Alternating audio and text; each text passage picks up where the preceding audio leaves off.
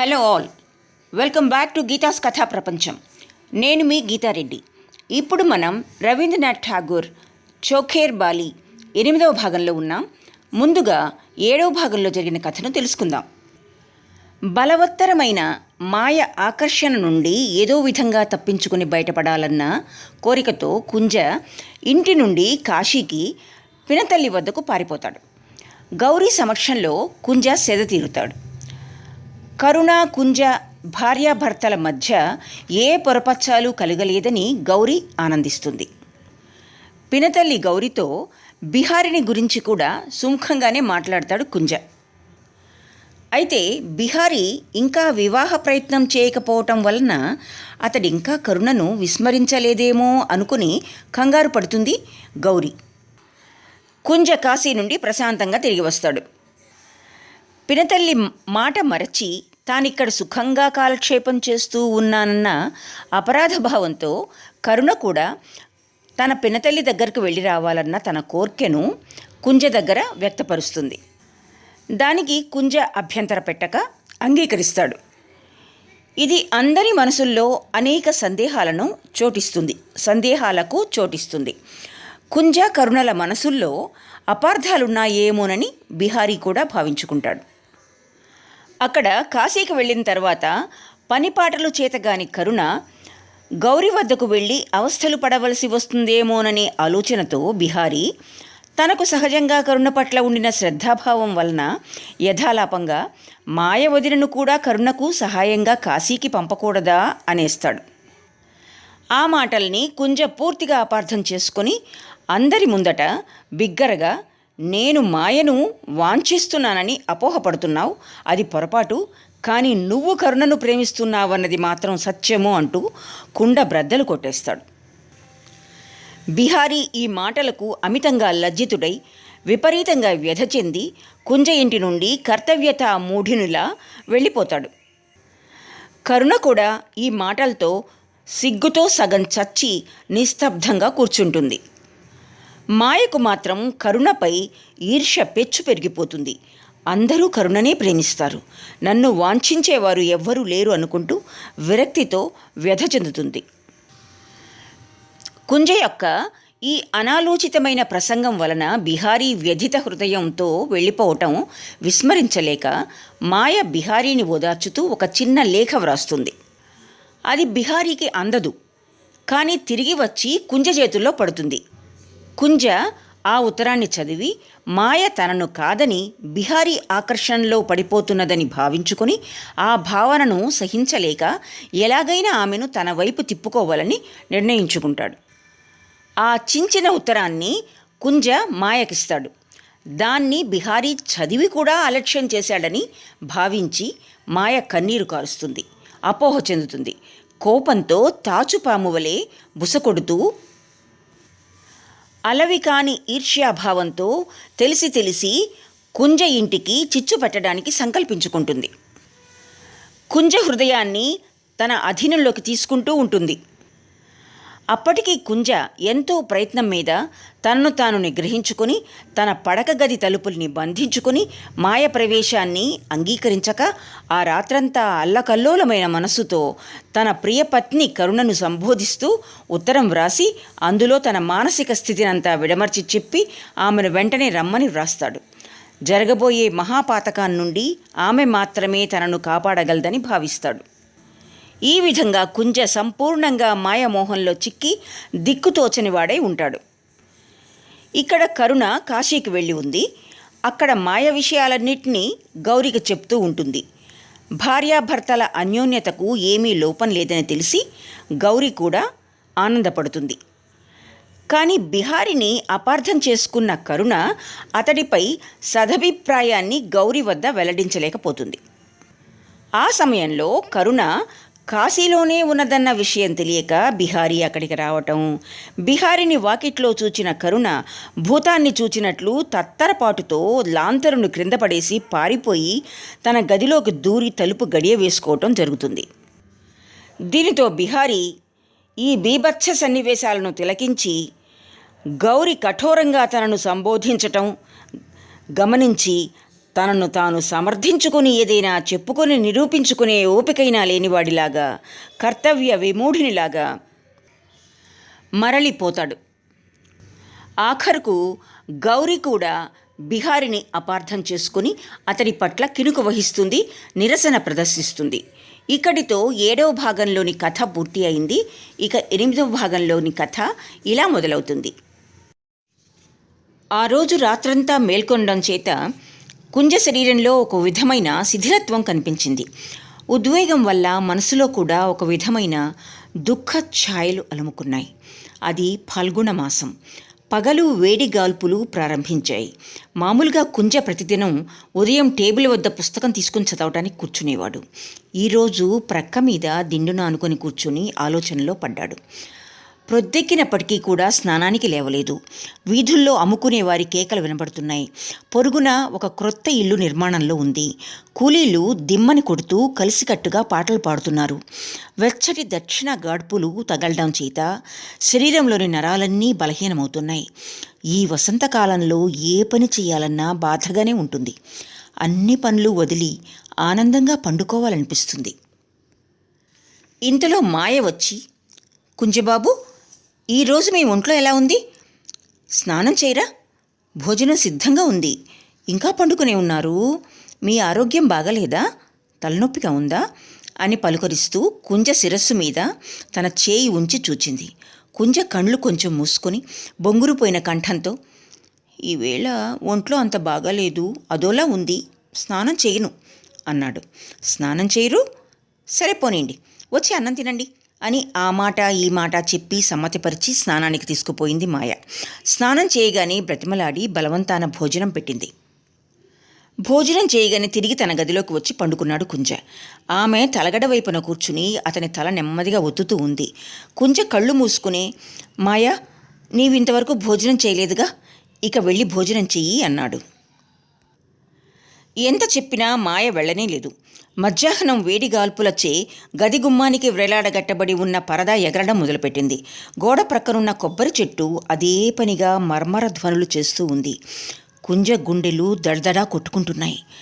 మాయ దీర్ఘ నిశ్వాసాలకు కుంజ మస్తకం మీది ముంగురులు తాళగతిననుసరించి నాట్యం చేస్తున్నాయి. ఆమె నోటి వెంట ఏ మాట రావటం లేదు. కుంజ కళ్ళు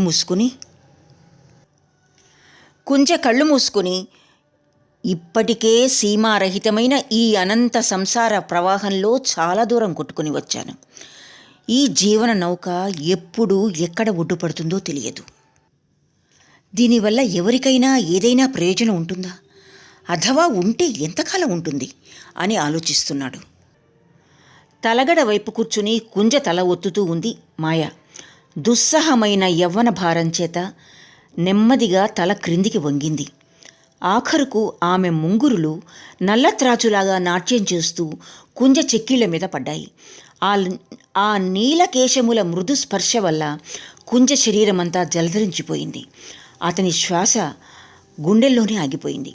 అతడు చివాలన లేచి మాయవైపు చూడకుండానే, నాకు కాలేజీ వేళ అయింది, నేను వెళ్తున్నాను అన్నాడు.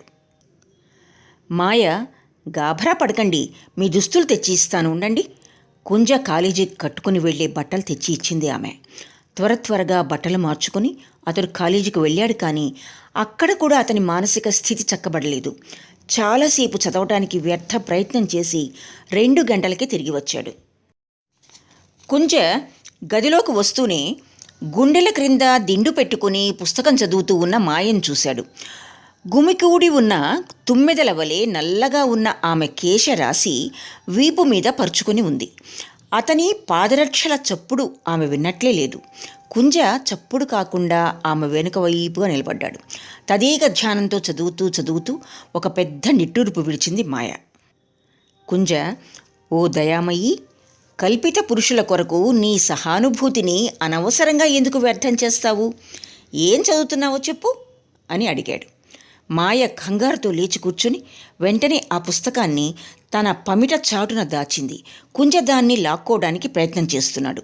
చాలాసేపు పోరాడిన తర్వాత ఆమె ఓడిపోయింది. అతడు ఆమె పుస్తకాన్ని చెరగు చాటు నుండి లాక్కుని చూచాడు. అది బంకింబాబు గారి విషవృక్షం. మాయ రోజుతూ కోపంతో తన ముఖం ప్రక్కకు తిప్పి మాట్లాడకుండా కూర్చుంది. కుంజ గుండెలు తీవ్రంగా కొట్టుకుంటున్నాయి.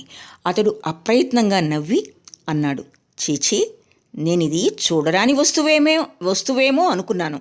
ఇంత కష్టపడి చూస్తే విషవృక్షమేనా? మాయ, భలే, నా వద్ద అంత దాచదగిన వస్తువేముంది? నిజమేననుకో, కానీ బిహారీ వద్ద నుంచి ఏదైనా జాబు వచ్చిందేమో అనుకున్నా. క్షణంలో మాయ కళ్ళ నుండి విస్ఫులింగాలు రేగినాయి. ఇంతవరకు ఇంట్లో ఏ మూలనో మన్మధుడు తాండవం చేస్తున్నాడు. ఇప్పుడు అతడు మరొకసారి కాలి భస్మమైపోయాడు. భగ్గున మండిన అగ్నిశిఖలాగా మాయ దూరంగా నిల్చుంది. కుంజ ఆమె చేయి పట్టుకొని, నా పరిహాసాన్ని క్షమించాలి, నా వల్ల అపరాధం జరిగింది అన్నాడు.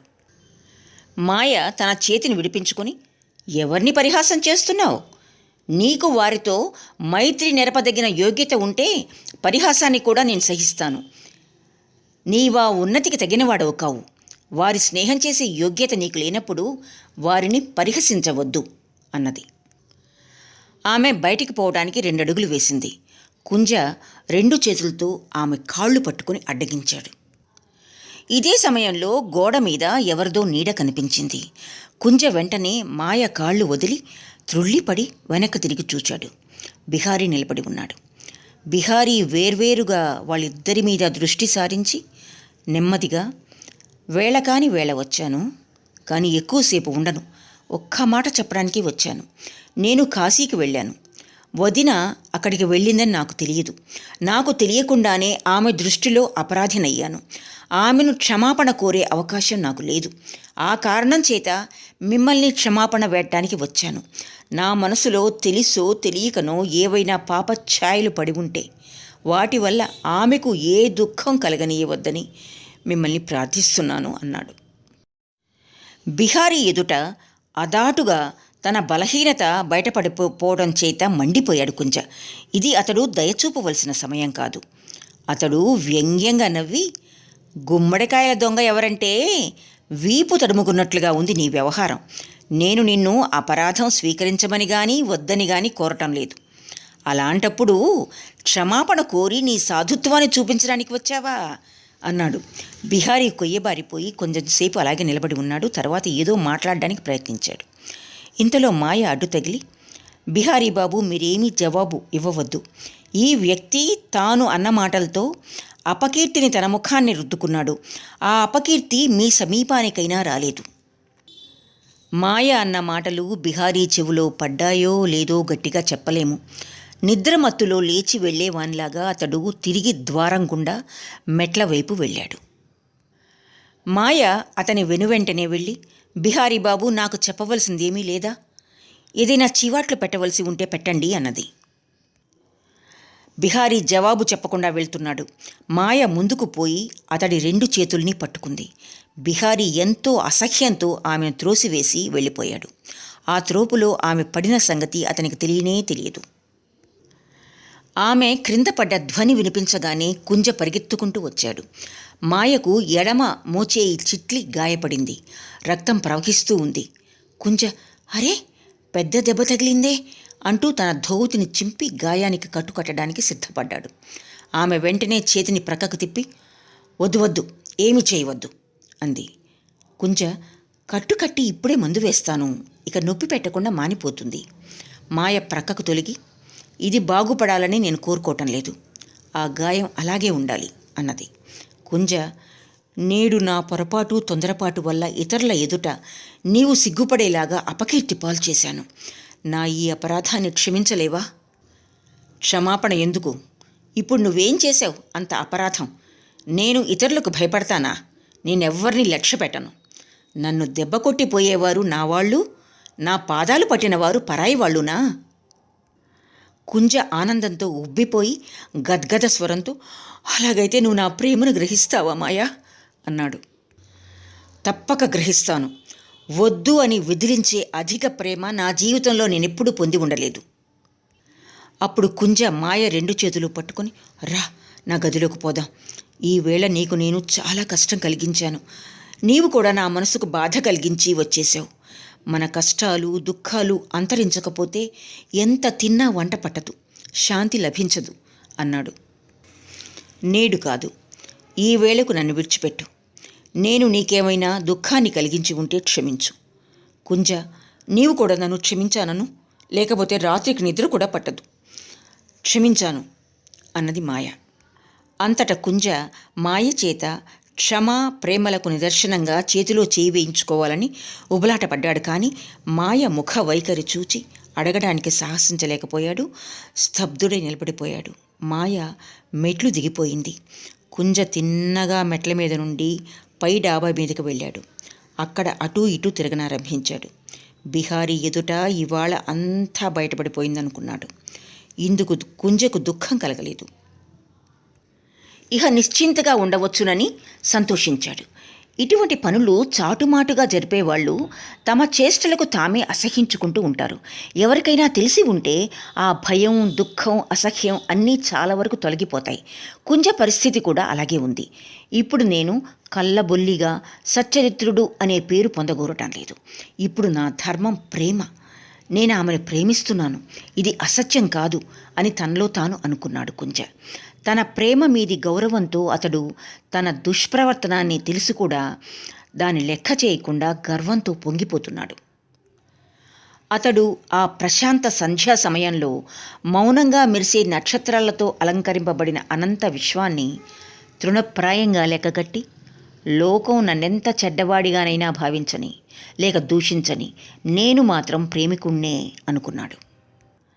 తన మనసులో ప్రతిష్ఠించి ఉన్న మాయ రూపంతో యావత్ ప్రపంచాన్ని, తన సమస్త కర్తవ్యాలని కప్పివేశాడు కుంజ.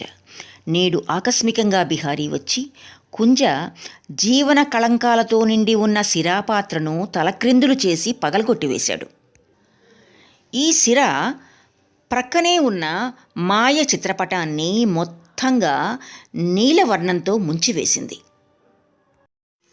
మరుసటి దినం లేవగానే కుంజ హృదయం మధురమైన ఆవేశంతో నిండి పొంగి పొర్లుతున్నట్లు అనిపించింది. సువర్ణమయమైన ప్రభాత కాంతులు అతని అభిలాషల్ని, ఆలోచనల్ని సువర్ణమయంగా చేశాయి. పృథ్వీ ఎంత సుందరంగా ఉంది, ఆకాశం ఎంత మనోహరంగా ఉంది, పుష్ప పరిమళాన్ని అందించే వాయువు మనస్సుకు ఎంత హాయి కలిగిస్తోంది. ప్రొద్దు పొడవగానే ఒక భిక్షుకుడు ద్వారంలో కంజరీ వాయిస్తూ పాడుతున్నాడు. నౌకర్ అతన్ని వెళ్ళిపోమంటున్నాడు. కుంజ నౌకర్ని కోప్పగించి భిక్షుకునికి రూపాయి ఇచ్చి పంపాడు. నౌకర్ గదిలో నుండి ఒక గాజు పాత్ర తెస్తున్నాడు. అజాగ్రత్త వల్ల అది క్రిందపడి ముక్కలైపోయింది. నౌకరు భయంతో కుంజ వైపు చూడసాగాడు. కుంజ ఏమీ మాట్లాడకుండా నవ్వుతూ గాజు ముక్కలన్నీ జాగ్రత్తగా ఏరి పారవేయవలసిందిగా ఆజ్ఞాపించాడు. అంతే. అతడు ఆ విషయాన్ని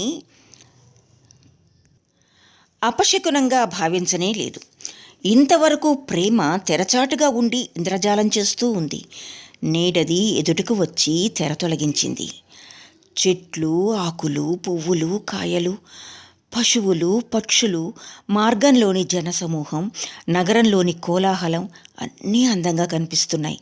ఈ విశ్వవ్యాపితమైన నూతనత్వం ఇంతకుముందు ఏమైంది? మాయ ఈవేళ పూర్వంలాగా సాధారణ భావంతో కనిపించదనుకున్నాడు కుంజ. నేటి సంభాషణలు కవితల్లో వ్రాయదగినవి, భావగీతాల్లో ప్రకటింపదగినవి అవుతాయి. కుంజ ఈ రోజును ఐశ్వర్యపూర్ణంగాను సౌందర్యపూర్ణంగాను చేసి సృష్టినే మార్చివేయాలనుకుంటున్నాడు. స్వర్గాన్నే మరిపించజేయాలనుకుంటున్నాడు. అది నిజంగాని స్వప్నంగాని దానిలో ప్రపంచపు కట్టుబాట్లు, బాధ్యతలు, వాస్తవికత ఏదీ ఉండజాలదు. నేటి ఉదయాన్నుండి కుంజ మనసు చంచలంగా, తొట్రుపాటుగా, ఉత్సాహంగా ఉంది. అతడు తన గది నుండి లేచి చాలాసేపు ఉద్యానవనంలో తిరుగుతున్నాడు. ఈవేళ కాలేజీకి కూడా వెళ్ళలేకపోయాడు. ఆకస్మికంగా ఎప్పుడు కలుసుకోవటం సంభవిస్తుందో ఈ లగ్నాన్ని ఏ పంచాంగకారుడు నిర్దేశింపలేకపోయాడు. ఇంటి పనుల్లో నిమగ్నమై ఉన్న మాయ కంఠధ్వనులు ఇప్పుడు అప్పుడప్పుడు వంట ఇంట్లో నుంచి, మరొకప్పుడు సామాను గదిలో నుంచి వినిపిస్తున్నాయి. కానీ కుంజకి ఇది నచ్చటం లేదు. కుంజ నేడు మాయను ప్రపంచం నుండి తొలగించి తన హృదయంలో ప్రతిష్ఠించుకున్నాడు. ఏ విధంగా కూడా ప్రొద్దు గడవటం లేదు. అతడు స్నానం చేసి భోజనం చేశాడు. ఇంటి పనులన్నీ ముగిశాయి. మధ్యాహ్నమైంది. ఇంట్లో నిశ్శబ్దంగా ఉంది. అప్పటికీ మాయ కంటబడలేదు. సుఖ దుఃఖాలు, ఆశ నిరాశలు కుంజ హృదయ తంత్రులన్నింటినీ ధ్వనింపజేస్తున్నాయి. నిన్న పెనుగులాడిన విషవృక్షం ప్రక్క మీదనే పడి ఉంది. దాన్ని చూడగానే ఆ పెనుగులాట జ్ఞాపకం వచ్చి కుంజ శరీరమంతా గగురు పొడిచింది. మాయ గుండెల క్రింద పెట్టుకున్న దిండు తన తల క్రింద పెట్టుకుని విషవృక్షం తీసి పేజీలు త్రిప్పడం మొదలుపెట్టాడు. పొటలు తిప్పుతూ తన మనస్సును చదువులో లగ్నం చేశాడు. చదువుతూ 5 గంటలైంది, కానీ కుంజ అది గమనించనే లేదు. ఇంతలో ఒక పళ్ళెంలో పళ్ళు మిఠాయిలు, మరొక పళ్ళెంలో పంచదార చిలకరించిన కర్బూజా ముక్కలు తీసుకుని మాయ గదిలోకి వచ్చింది. ఆ తెచ్చినవన్నీ కుంజ ఎదురు ఉంచి, ఏం చేస్తున్నారు కుంజబాబు, ఇలా ఉన్నారేంటి? 5 గంటలైనా ముఖం కడుక్కోలేదు, బట్టలు మార్చుకోలేదు, ఇంతవరకు అలాగే పడుకున్నారేమిటి అన్నది. కుంజ మనసు చిన్నబోయింది. నేడు తాను అలా ఉండటానికి కారణం మాయ అడగవలసిన సంగతేనా? ఆ మాత్రం తాను ఊహించుకోలేదా? ఈరోజు మామూలు రోజుల వంటిదేనా? అభిలాషలు చల్లబడిపోతాయేమో అన్న భయం చేత నిన్నటి సంగతుల్ని గురించి ఏమీ ప్రస్తావించలేకపోయాడు కుంజ. అతడు ఫలహారం చేస్తున్నాడు. బయట ఆరవేయబడిన కుంజ వస్త్రాలను తెచ్చి మడిచి అల్మరాలో పెడుతూ ఉంది మాయ. కొంచెం ఆగు, నేను కూడా సహాయం చేస్తాను అన్నాడు కుంజ. మాయ నవ్వుతూ, మీకు నమస్కారం, మీరేమైనా చెయ్యండి, కానీ సహాయం మాత్రం చేయవద్దు అన్నది. కుంజ త్వరగా లేచి మూతి చేతులు కడుక్కొని, బాగానే ఉంది, నువ్వు నన్ను బొత్తిగా నిష్ప్రయోజకునిగా భావిస్తున్నావే, సరే ఇవాళ చూడు అన్నాడు. ఇలా అని అవకతవకగా బట్టలు మడత పెట్టడానికి ప్రయత్నిస్తున్నాడు. అతని చేతిలోని బట్టలు తీసుకొని, అలా ఉండనియండి మహానుభావ, బాగా సహాయపడుతున్నారు, నాకు ఇంకా పని ఎక్కువ చేస్తున్నారు అన్నది మాయ. కుంజ, అయితే నువ్వు చేస్తూ ఉండు, నేను చూచి నేర్చుకుంటాను అన్నాడు. అల్మరాకు ఎదురుగా మాయకు ప్రక్కగా కింద కూర్చున్నాడు కుంజ. ఆమె వస్త్రాలను విదిలిస్తున్నట్లుగా నటిస్తూ మీదుగా వంగి బట్టలు మడిచి అల్మరాలో పెడుతూ ఉంది. నేటి కలయిక ఇలా ప్రారంభమైంది. కుంజ ఉదయాన్నుండి కన్నా కలల అపూర్వ చిహ్నాలేవీ గోచరించడం లేదు. ఇలాంటి కలయికలో కవితల్లో అలటానికి, సంగీతంలో గానం చేయటానికి, నవలల్లో వ్రాయటానికి తగిన సామగ్రి లభించదు. అతడు ఎంత యోచించినా తాను కల్పించుకున్న మనోరథాన్ని ఎలా పూర్తి చేసుకోవాలో నిర్ణయించుకోలేకపోయాడు. ఎలా ఏర్పాటు చేయాలి? ఏ సంభాషణలు జరుగుతాయి? ఏ భావాలు ప్రకటించవలసి వస్తుంది? సహజ సద్గుణాలన్నింటినీ ఏ మారుమూల నలిపి నాశనం చేయాలి? ఏమీ అర్థం కావటం లేదు. ఈ విధంగా బట్టలు విదిలించి మడత పెడుతూ పరిహాసం చేస్తూ తన అసంభవమైన ఊహింపరాని గూఢ స్వప్నాల నుండి విముక్తి పొంది స్వాస్థాన్ని పొందాడు. ఇదే సమయంలో లక్ష్మి ఆ గదిలోకి వచ్చింది. అమ్మాయి బట్టలు మడుస్తున్నది, నువ్వు ఇక్కడ కూర్చొని ఏం చేస్తున్నావు అని కుంజని అడిగింది.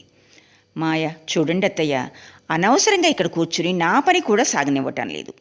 కుంజ, బాగుంది, నేను కూర్చుని ఎంత సహాయం చేస్తున్నానో. నిజమేరా నాయన, నా అదృష్టం, నువ్వు చాలా సహాయం చేసేవాడివి. అమ్మ, వీడికి చిన్నతనం నుండి ఇదే అలవాటు. అమ్మకు పిన్నమ్మకు ముద్దు బిడ్డ కావటం చేత ఏ పని తానుగా చేయలేడమ్మా.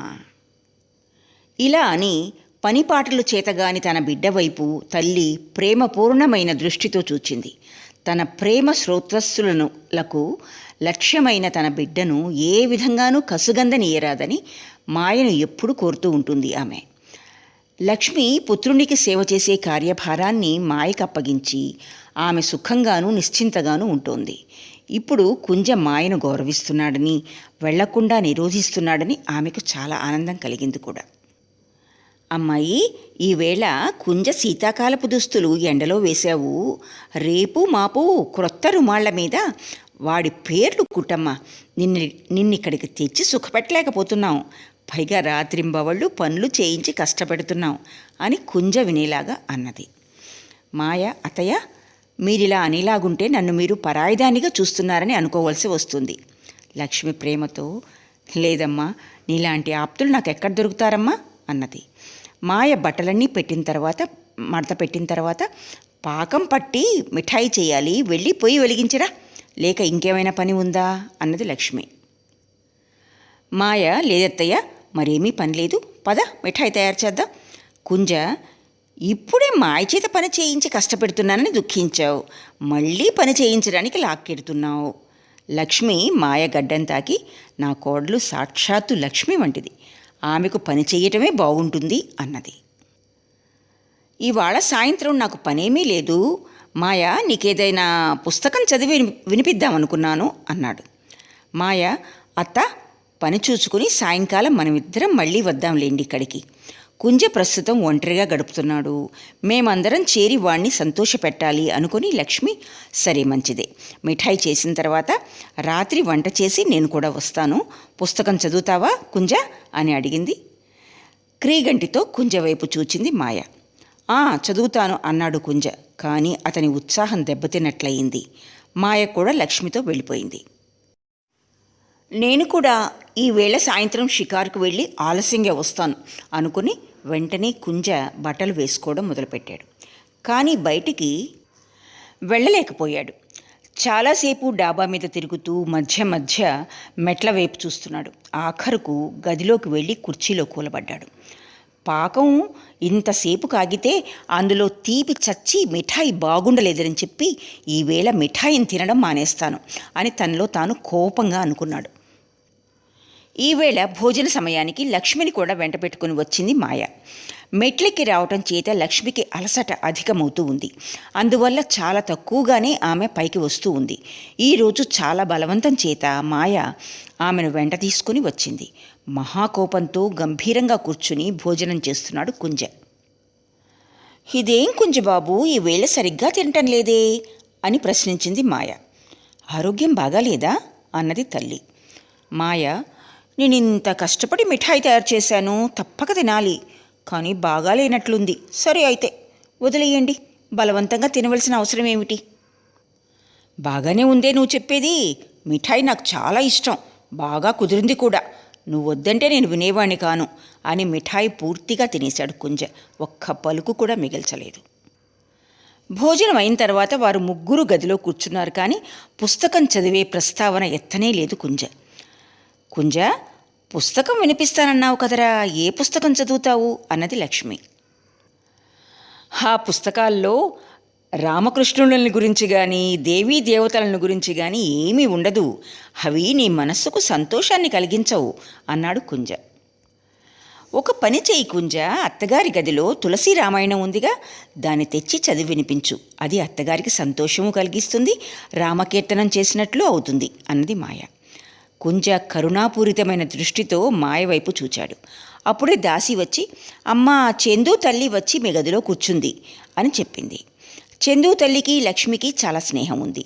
పొద్దు కృంకిన తర్వాత ఆమెతో సంభాషించకుండా ఉండటం దుస్సాధ్యం లక్ష్మికి. అయినప్పటికీ ఈవేళ ఆ అబ్బాయితో మాట్లాడవలసిన పని ఉంది, రేపు తప్పక రమ్మని చెప్పు అని దాసితో అన్నది లక్ష్మి. అదేమిటమ్మా, ఏ పని మీద వచ్చిందో వెళ్ళి రారాదు అన్నాడు కుంజ. అవసరం లేదత్తా, మీరిక్కడే ఉండండి, నేను వెళ్ళి ఆమెతో మాట్లాడతాను అన్నది మాయ. చందు తల్లి వద్దకు పోకుండా ఉండలేకపోయింది లక్ష్మి. నేను 2 మాటలు మాట్లాడి ఆమెను పంపించి వస్తాను, అంతవరకు నువ్వు ఇక్కడే ఉండు అని మాయతో చెప్పి, కుంజ, నా కొరకు ఎదురు చూడకుండా చదవడం ప్రారంభించు అని కొడుక్కి చెప్పి వెళ్ళిపోయింది. తల్లి వెళ్ళగానే ఉక్రోషం పట్టలేకపోయాడు కుంజ. మాయా, బుద్ధిపూర్వకంగా నన్ను ఎందుకు ఇలా పీడిస్తావు అన్నాడు. భలేవారండి, నేను మిమ్మల్ని ఏమి బాధించాను? నేను ఇక్కడ ఉండటం వల్ల మీకు కష్టంగా ఉంటే ఇదిగో నేను ఇప్పుడే వెళ్తున్నాను అని విచారంగా ముఖం పెట్టి లేచి బయలుదేరింది మాయ. కుంజ ఆమె చెయ్యి పట్టుకుని, ఇలాగే నువ్వు నన్ను ఉడికిస్తూ బాధిస్తున్నావు అన్నాడు. మాయ, ఉడికించడానికి నాలో అంత తీక్షణత ఉందని నాకు తెలియదు, నీలో మాత్రం అది తక్కువేమీ లేదు, కానీ పైకి గంభీరంగా నటిస్తావు అంతే, ముఖ లక్షణాలు చూచి నువ్వేం తెలుసుకుంటావు అని మాయ చేతిని బలవంతంగా లాక్కుని వణుకుతున్న తన గుండె మీద పెట్టుకున్నాడు. అని అరిచింది మాయ. వెంటనే చేతిని విడిచిపెట్టి భయపడుతూ, ఏం తగిలింది అన్నాడు. పూర్వం మాయ చేతికి తగిలిన గాయం నుండి రక్తం కారడం చూచాడు కుంజ. మర్చిపోయాను, నా వల్ల గొప్ప అపరాధం జరిగింది, చెయ్యిటివ్వు, మందు వేస్తాను అన్నాడు దుఃఖంతో. ఎందుకు? దానంతటా అదే మానిపోతుంది, నేను దానికి వైద్యం చెయ్యను. ఎందుకని? అది అలాగే ఉండాలి. మాయ అభిప్రాయమేమో కొంచెమైనా బోధపడలేదు కుంజకు. స్త్రీ హృదయం దేవుడు కూడా గ్రహించలేడు. ఇక మానవులేం తెలుసుకుంటారు అనుకున్నాడు కుంజ. మాయ వెలుపలికి బయలుదేరింది. కానీ అభిమానం అడ్డు తగలడం చేత ఆమెను ఆపకుండా ఎక్కడికి వెళ్తున్నావు అని అడిగాడు. పని ఉంది అని తిన్నగా వెళ్ళిపోయింది మాయ. ఒక్క నిమిషం కూర్చుని మాయను మరలా తీసుకురావడానికి లేచి నిలబడ్డాడు. కానీ మెట్ల వరకు వెళ్ళి తిరిగి వచ్చి మళ్ళీ గది ఎదురుగా పచార్లు చేస్తూ ఉన్నాడు. మాయ నిశ్చయం తన వైపుకు అతన్ని ఆకర్షిస్తూ ఉంది. కానీ చేతికందడం లేదు. మరి ఎవరూ తనని జయింపలేరని కుంజకు వల్లమాలిన గర్వం. అతడి గర్వం కాస్త ఈసారి పునాదులతో సహా కదిలిపోయింది. ప్రయత్నించి పనులని వశం చేసుకోగలను అనే ధీమా కూడా ఉందతనికి. అది ఎంతవరకు నిలుస్తుందో ముందు చెప్పలేం కదా. నేడు మాత్రం అతడు ఓడిపోయాడే కానీ ఓడించలేకపోయాడు. తన హృదయం గురించి ఉన్నతమైన భావాలున్నాయి కుంజకి. అతడెవ్వరిని కూడా తనంతటి ఉన్నత హృదయం కలవాడని అంగీకరించడు. కానీ నేడా భావం తల క్రిందులైపోయింది. ఉన్నత సంస్కారం గలవాడినన్న అభిమానాన్ని వదులుకోవలసి వచ్చింది. వ్రతం చెడ్డ, ఫలం దక్కలేదు అతనికి. ముష్టి దొరకని ఫకీరైపోయాడు కుంజ.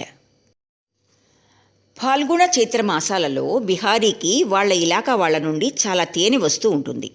ప్రతి సంవత్సరం అందులో కొంత లక్ష్మికి పంపుతూ ఉంటాడు. ఈ దఫా కూడా బిహారీ తేనె పంపాడు. మాయ స్వయంగా తేనె పాత్ర తీసుకుని లక్ష్మి వద్దకు వెళ్ళి బిహారీ బాబు తేనె పంపారు అన్నది. తేనె సామాన్ గదిలో పెట్టమని చెప్పింది లక్ష్మి. తేనె గదిలో పెట్టి తిరిగి లక్ష్మి దగ్గరకు వచ్చి, బిహారీ బాబు ఎప్పుడూ మిమ్మల్ని మర్చిపోవటం లేదు. పాపం వారికి తల్లిదండ్రులు లేనందువల్ల మిమ్మే తల్లిగా భావిస్తున్నారు అన్నది మాయ. లక్ష్మి దృష్టిలో బిహారీ కుంజకు నీడ వంటివాడు. అతడు వారికి అమూల్యమైన అయాచితమైన సహాయకుడు. కానీ ఇప్పుడు మాయ వచ్చి తల్లి లేని బిహారీకి తల్లివని చెప్పగానే లక్ష్మి యొక్క పుత్రవాంఛితమైన స్నేహవాంఛిత హృదయంలో ఆకస్మికంగా బిహారీ స్ఫురణకు వచ్చి దుఃఖం చేత కంపించిపోయింది. నిజంగా బిహారీకి తల్లి లేదు. తననే వాడు తల్లిగా భావిస్తున్నాడని ఒక్కసారిగా ఆమె మనసుకు స్ఫురించింది. రోగంలో, దుఃఖంలో, కష్టాల్లో అయాచితంగా వచ్చి శ్రద్ధతో సేవ చేసేవాడు. ఆ సేవను ఏ సంకోచం లేకుండా స్వీకరించేది లక్ష్మి. ఆ సేవకు కృతజ్ఞత ప్రకటించడం అనే విషయమే ఆలోచనకు రాలేదు ఇప్పటి వరకు. అసలు బిహారీని గురించి ఆలోచించే వారెవరైనా ఉన్నారా? గౌరీ ఉండగా బిహారీని కాస్త విచారిస్తూ ఉండేది. కానీ ఆమె బిహారీని తన చెప్పు చేతుల్లో ఉంచుకోవటానికి కపట ప్రేమను ప్రకటిస్తుందని లక్ష్మి ఆరోపిస్తూ ఉండేది. నిస్సందేహంగా బిహారీ నా బిడ్డ వంటివాడే అని ఒక్క శ్వాస తీసుకొని ఈనాడొక నిర్ణయానికి వచ్చింది లక్ష్మి. బిహారీ తనకు తన కుమారుని కంటే ఎక్కువగా సేవ చేస్తున్నాడని, భక్తిగా ఉంటున్నాడని, తన సేవకు ప్రతిఫలము ఏమీ లభించకపోయినా ప్రతికూలంగా భావించడం లేదని, అతడి శ్రద్ధ తన పట్ల తగ్గటం లేదని అనుకొని నిట్టూర్చింది. బిహారీ బాబుకు మీ చేతి భోజనం చాలా రుచిగా ఉంటుంది కదమ్మా అన్నది మాయ. దప్పడం మరెవరు చేసినా వాడికి రుచించదు అన్నది లక్ష్మి ప్రేమ గర్వంతో ఉబ్బిపోతూ. ఇలా మాట్లాడుతూ బిహారీ చాలా దినాల నుండి రావటం లేదని స్ఫురణకు వచ్చింది లక్ష్మికి. సరిగానే అమ్మడు, ఇప్పుడు బిహారీ బొత్తిగా కనిపించడం లేదే అని మాయను అడిగింది. నేను అదే అనుకుంటున్నాను అత్తయ్య. మీ కుమారుడు పెళ్ళైనప్పటి నుండి భార్య వ్యవహారంలో పడిపోయాడు. ఇక ప్రియమిత్రులు వచ్చి ఏం చేస్తారు అన్నది మాయ. మాయ ఆరోపణ లక్ష్మికి సక్రమంగానే కనిపించింది. భార్య రాగానే కుంజ తన హితాభిలాషులందరినీ దూరం చేసుకుంటున్నాడు అనుకుంది ఆమె. బిహారీకి ఇది చెడ్డగా తోచి ఉండొచ్చు, అతడెందుకు వస్తాడు? బిహారీ కూడా తన స్థితిలోనే ఉండడం చూచి బిహారీ మీద సానుభూతి వృద్ధి పొందింది లక్ష్మి హృదయంలో. చిన్ననాటి నుండి స్వార్థరహితంగా కుంజకు మేలు చేస్తున్నాడు. వాడి కొరకు అనేకసార్లు అనేక ఇక్కట్లకు గురి అయ్యాడు అనుకుంది మనసులో. ఈ విధంగా బిహారీని అడ్డం పెట్టుకుని 2 రోజులు భార్య తన దగ్గర ఉన్నంత మాత్రాన చిరకాల బంధువును ఈ విధంగా నిరాకరించడం కుంజ పొరపాటు, అన్యాయం, అధర్మం కూడా అని తన అభియోగాన్ని సమర్థించుకుంది లక్ష్మి. అత్తయ్య, రేపు ఆదివారం కదా, బిహారీ బాబును విందుకు పిలిస్తే సంతోషిస్తారు అన్నది మాయ. నీ ఆలోచన చాలా బాగుందమ్మా. అయితే కుంజని పిలిపిస్తాను, వాడు జాబు వ్రాసి ఆహ్వానం పంపుతాడు బిహారీకి. వద్దు అత్తయ్య, మీరు స్వయంగా ఆహ్వానం పంపించండి నాకేమైనా చదువా చట్టుబండ్లా? పోనీ మీరు రాయలేకపోతే మీ బదులు నేనే వ్రాస్తాను అని మాయ లక్ష్మి పేరుతో జాబు వ్రాసి బిహారీకి మనిషి చేత పంపించింది. ఆదివారం కుంజకు అమూల్యమైన దినం. శనివారం రాత్రి నుంచి గాలిమేడలు నిర్మిస్తుంటాడు. తన నిర్ణయాలకు అనుగుణంగా ఎన్నడూ జరిగిందేమీ లేకపోయినా ఆలోచనలకు మాత్రం అంతరాయం రానియ్యడు. ఆదివారం ఉదయం చాలా అందంగా మనోహరంగా ఉంటుంది అతనికి. నగరవాసులు మేల్కొన్నందువల్ల వినిపించే కోలాహలం మనోహర గానం వలె అతడి వీణులకు విందు చేస్తుంది. ఏమిటి చిత్రం! అమ్మ ఈవేళ ఏదైనా వ్రతం కానీ పూజలు కానీ చేస్తూ ఉందా? రోజులాగా ఈనాడు ఒక మూల కూర్చోలేదు. మాయతో పాటు ఆమె కూడా పనులు చేస్తూ ఉంది. పనిపాట్ల హడావుడిలో 10 గంటలైంది. ఇంతవరకు మాయను ఏకాంతంగా కలుసుకోవడానికి వీలు చిక్కలేదు. పుస్తకం చదవాలని ప్రయత్నిస్తున్నాడు, కానీ అతని మనసు చదువులో నిమగ్నం కావటం లేదు. అప్పుడు వార్తాపత్రిక తీసి ఒక అవసరమైన ప్రకటన చదువుతూ 10-15 నిమిషాలు గడిపాడు. ఇంకా ఉండబట్టలేకపోయాడు కుంజ. క్రిందకు వెళ్ళి చూచాడు. వసారాలో కూర్చుని ఇనప పొయ్యి మీద అనేక రకాల పిండి వంటలు చేస్తూ ఉంది తల్లి. నడుముకు చెంగు బిగించి సామాన్లు తీసుకురావటం, ఆమెకు అందించడంలో నిమగ్నమై ఉంది మాయ. ఈవేళ ఏమిటి విశేషం? ఇంత హడావిడిగా పనిచేస్తున్నారేమిటి అని అడిగాడు కుంజ. అమ్మాయి నీకు చెప్పలేదా? ఈవేళ బిహారీని విందుకు పిలిచాను అన్నది లక్ష్మి. బిహారీకి విందు. అతని శరీరం అంతా అగ్నిజ్వాలలతో దహించబడుతున్నట్లా అనిపించింది కుంజకు. కానీ నేను మాత్రం ఉండనమ్మా అన్నాడు. ఏమి, ఎక్కడికి వెళ్తావు అన్నది లక్ష్మి చింతతో. ఒక మిత్రుని దగ్గరకు అవసరమైన పని మీద వెళ్తున్నాను అన్నాడు కుంజ. భోజనం చేసి వెళ్ళు, ఆలస్యం ఏమీ లేదు. నాకు అక్కడ విందు ఉంది. కుంజ వైపు క్రీగంట చూచి, విందు ఉంటే వారిని వెళ్ళని అత్తయ్యా, పోనీ బిహారీ బాబు ఈవేళ ఒంటరిగానే భోజనం చేస్తారు అన్నది మాయ. కానీ తన చేతితో వండిన పదార్థాలు కొడుకు తినకపోతే ఆమెకు తృప్తి ఎలా కలుగుతుంది? ఆమె వెళ్ళవద్దని చెబుతున్న కొద్దీ అతనికి పట్టుదల ఎక్కువైంది. చాలా అవసరమైన విందు, నేను తప్పక వెళ్ళాలి. బిహారీని పిలిచే ముందు నాకు చెప్తే బాగుండేదిగా అన్నాడు. కుంజ కోపంతో తల్లిని ఏడిపించాలనుకున్నాడు. ఆమె ఉత్సాహమంతా కర్పూరంలా హరించిపోయింది. ఆమెకు ఎక్కడివక్కడ పారేసి పోయి పడుకోవాలనిపించింది. అత్తయ్య, మీరు చింతించకండి, అనవసరంగా బెదిరిస్తున్నాడు కుంజబాబు. మీరెందుకు, చూస్తూ ఉండండి. ఈవేళ వారు బయటికి విందుకు పోనే పోరు అన్నది మాయ. నీకు తెలియదమ్మా, వాడు పట్టిన పట్టు వదలడు, అనుకున్నది చేయక మానడు తల అడ్డంగా తిప్పి అన్నది లక్ష్మి. కుంజ విషయం లక్ష్మి కంటే ఎక్కువగా మాయకే తెలుసునన్న విషయం రూఢి అయింది ఈనాడు. అమ్మతో చెప్పి బిహారీని మాయయే విందుకు పిలిపించిందని భావించాడు కుంజ. అందువల్ల అతనికి ఈర్ష్య ఎక్కువైంది. బయటికి వెళ్ళిపోదామన్న సంకల్పం కూడా శిథిలం కావడం మొదలుపెట్టింది. బిహారీ ఏమి చేస్తాడో, మాయ ఏమి చేస్తుందో ఇది చూడకుండా ఎలా ఉండగలడు? అదంతా చూచి బాధపడవలసి వచ్చినా చూడక తప్పదు. ఇన్నాళ్లకు ఆత్మబంధువులాగా కుంజ ఇంటిలో అడుగుపెట్టాడు బిహారీ. అది అతనికి చిరపరిచితమైన ఇల్లు. ఈ ఇంటిలో ఒకప్పుడు ఇంటి బిడ్డలాగా నానా అల్లరి చేశాడు. ఈ మాటలనుకుంటూ జనానా గది గుమ్మం చెంత ఒక్క క్షణకాలం స్తబ్ధభావంతో నిలబడిపోయాడు. అతడికి కళ్ళల్లో నీళ్లు నిండాయి. చాలా కష్టం మీద కన్నీటి ప్రవాహాన్ని ఆపుకొని చిరునవ్వు నవ్వుతూ ఇంట్లోకి జొరబడి అప్పుడే స్నానం చేసి తల ఆరబెట్టుకుంటూ ఉన్న లక్ష్మి పాదాల మీద తన శిరస్సు ఉంచాడు. ప్రతినిత్యం వస్తూ పోతూ ఉండే రోజుల్లో ఎన్నడూ ఈ విధంగా నమస్కారం చేసినవాడు కాదు.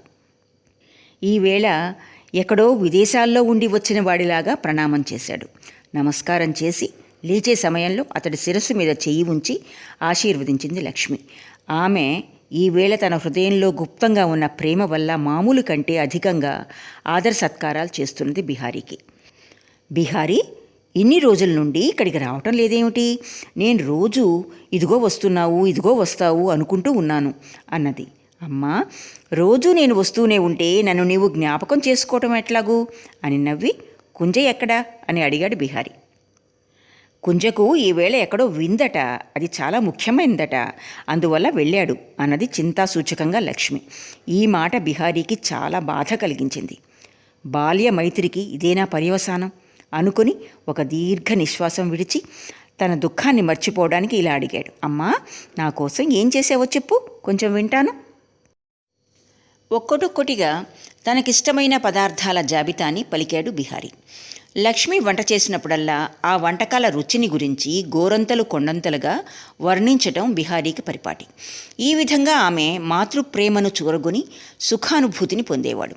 ఈ దినం కూడా తాను వండిన పదార్థాల విషయంలో బిహారీ ప్రకటించిన ఉత్సాహం, ప్రసన్నతల వల్ల ఆమె మహదానందాన్ని పొంది నవ్వుతూ తన బిడ్డ వంటి అతిథిని ఆశ్వాసించింది. అప్పుడే కుంజ వచ్చి, "ఏం బిహారీ, ఎలా ఉన్నావు?" అని నీరసభావంతో అడిగాడు. "నువ్వెందుకు పోలేదా కుంజ?" అని అదిరిపడి ప్రశ్నించింది లక్ష్మి. కుంజ సిగ్గుపడ్డాడు. కానీ తన సిగ్గును దాచడానికి ప్రయత్నిస్తూ, "వెళ్ళలేకపోయానమ్మా. నాకు ఒక అవసరమైన పని తగిలింది, రాజాలను అని వాళ్లకు లేఖ వ్రాశాను" అన్నాడు. ఇంతలో మాయ స్నానం చేసి వచ్చింది. ఆమెను చూసి బిహారీ ఏమీ మాట్లాడలేదు. ఆ రోజున గదిలో తాను చూచిన మాయా కుంజల ప్రవర్తనను బిహారీ ఏమాత్రం మర్చిపోలేదు. మాయ బిహారీ వద్దకు వచ్చి, "ఏం బిహారీ బాబు, నన్ను కాస్త కూడా గుర్తించినట్లు లేదే?" అని తన సహజ కోమల స్వరంతో అడిగింది. "ఎంతమందినని గుర్తించగలుగుతాం?" "ఎందుకు గుర్తించలేరు? కాస్త ఆలోచించి వ్యవహరించినట్లయితే చక్కగా గుర్తించవచ్చు." కుంజ బిహారీ భోజనానికి కూర్చున్నారు. లక్ష్మి దగ్గరగా కూర్చుని చూస్తూ ఉంది. మాయ వడ్డిస్తున్నది. కుంజ మనస్సు భోజనం మీద లేదు. అతను వడ్డనలో పక్షపాతం మీద మాత్రమే తన మనస్సును లగ్నం చేశాడు. బిహారీకి వడ్డించి అతడు తింటూ ఉంటే మాయ ఎక్కువగా ఆనందాన్ని పొందుతున్నట్లుగా కుంజ కనిపించింది. బిహారీకి పళ్ళెంలో అంత పులుసు, అంత కిస్మిస్ కూర ఎందుకు పెట్టింది? ఈ ఆరోపణకు ఆమె వద్ద తగిన జవాబు సిద్ధంగానే ఉంది. కుంజ ఇంటివాడు, బిహారీ ఆహ్వానం మీద వచ్చిన అతిథి. లక్ష్మి అప్పడాలు చాలా రుచిగా తయారు చేస్తుంది. మిగిలిన ఒక్క అప్పడాన్ని బిహారీ పళ్ళెంలో వేయబోతూ ఉంది మాయ. బిహారీ అడ్డుపడి, "వద్దు, కుంజకు అప్పడాలంటే మహా ఇష్టం, అతనికి వెయ్యి" అన్నాడు. "నాకు అక్కర్లేదు" అన్నాడు కరుణ తీవ్రమైన అభిమానంతో. మాయ తిరిగి బలవంత పెట్టలేదు. ఆ అప్పడాన్ని బిహారీ పళ్ళెంలో వేసేసింది. భోజనం అయిన తర్వాత మిత్రులిద్దరూ లేచి బయటికి వెళ్ళారు. మాయ పరిగెత్తుకుంటూ వచ్చి, "బిహారీ బాబు, అప్పుడే వెళ్ళకండి, కొంచెం పైకి వెళ్ళి కూర్చోండి" అన్నది. బిహారీ, "నువ్వు భోజనానికి వెళ్ళవా?" మాయ, "వెళ్ళను, ఈవేళ ఏకాదశి." కఠోరమైన వెటకారంతో కూడిన ఒక చిరునవ్వు తునక బిహారీ ముఖంలో కనిపించింది. ఇటు ఏకాదశి వ్రతాలతో ధర్మాన్ని 4 పాదాలా నడిపిస్తూ ఉంది, అటు వ్యవహారాన్ని కూడా అనే భావం ఆ నవ్వులో గోచరిస్తూ ఉంది. ఆ వెటకారంతో కూడిన నవ్వులోని మర్మం మాయకు తెలియకపోలేదు. కానీ వెనుక చేతికి తగిలిన దెబ్బను ఎలాగైతే భరించిందో అలాగే ఇప్పుడే కత్తివేటును కూడా మౌనంగా ఓర్చుకుంది. "నా మీద ఒట్టు సుమా, కొంచెంసేపు పైకి వెళ్ళి కూర్చోండి" అని ఎంతో దీనభావంతో ప్రార్థించింది మాయ. అసంగతమైన దుష్ట భావోద్రేకంతో కుంజ, "మీకు కొంచెం కూడా తెలియలేదు. పని ఉండని లేకపోని, ఇష్టం ఉన్నా లేకపోయినా కూర్చోక తప్పదు. ఇంతగా అధిక ఆదరాన్ని చూపటంలో అర్థమేమో నాకు గోచరించడం లేదు" అన్నాడు ఆకస్మికంగా.